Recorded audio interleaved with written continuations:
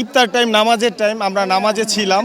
তো আশেপাশের এই মানুষজন চিল্লাচিল্লি করতেছে যে এই সুহেল ভাইয়ের দোকানে আগুন লাগছে, ওই পাশেরটা হচ্ছে আমাদের মার্কেট। তখন আমরা হুটহাট করে বেরিয়ে আসলাম। আসার পর এখানে দেখি যে আগুনের বিশাল সমাহার। তো ওইখানে যে আগুন নিয়ন্ত্রণ করবে দোকানপাটে, তো ওইরকম নামাজের টাইম মানুষ থাকে না।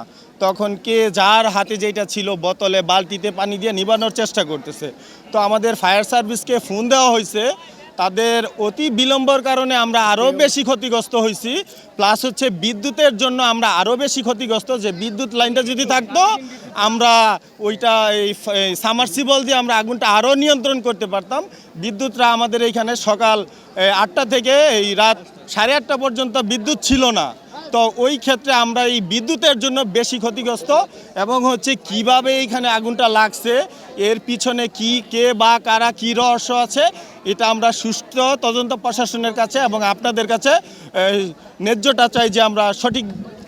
আমরা এখানে বসেছিলাম, তো ফার্স্টে দেখলাম যে আগুনের মানে যে প্রথম যে ধাপ আর কি অল্প করে, এরপরে সবাই আমরা ছিলাম এই পাশের দোকানে, ওখান থেকে দৌড়ে গেলাম, যাওয়ার পর বালু পানি যে যা ছিল ছিটাচ্ছিল। কিন্তু মনে করেন যে শেষ হওয়ার পরের ধাপ জানতে গেছে জাস্ট 1 মিনিটের ভিতরে হচ্ছে যে পুরো ব্যাপারটা আর কি এইভাবে পুরো সব শেষ হয়ে যায়। ওইখানে ভিতরে আপনার মুদি দোকান বুঝে নিত, অকটেন ডিজেল এগুলো ছিল, আর কারেন্টও জ্বালাচ্ছিল। সো স্বাভাবিকভাবে পানিরও একটা মানে ঝামেলা ছিল, আর তারাবির সময় হওয়ার কারণে মানুষও ছিল না। সো নানাভাবে আসার পরেও কোনো ট্রাই করা যায় নাই। বা সবচাইতে যে অভিযোগটা বা সবচেয়ে বড় যে অভিযোগটা সেটা হচ্ছে ফায়ার সার্ভিস।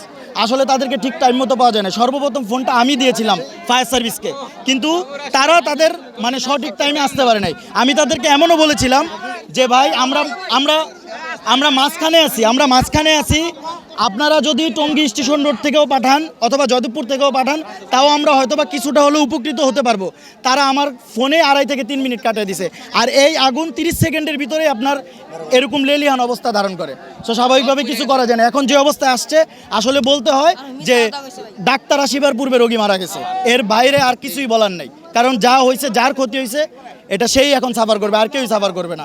আমাদের ফায়ার সার্ভিসকে আরও উন্নতিকরণ এবং তাদের আরও দ্রুত রেসপন্স করার জন্য আমি আন্তরিকভাবে আহ্বান জানাচ্ছি।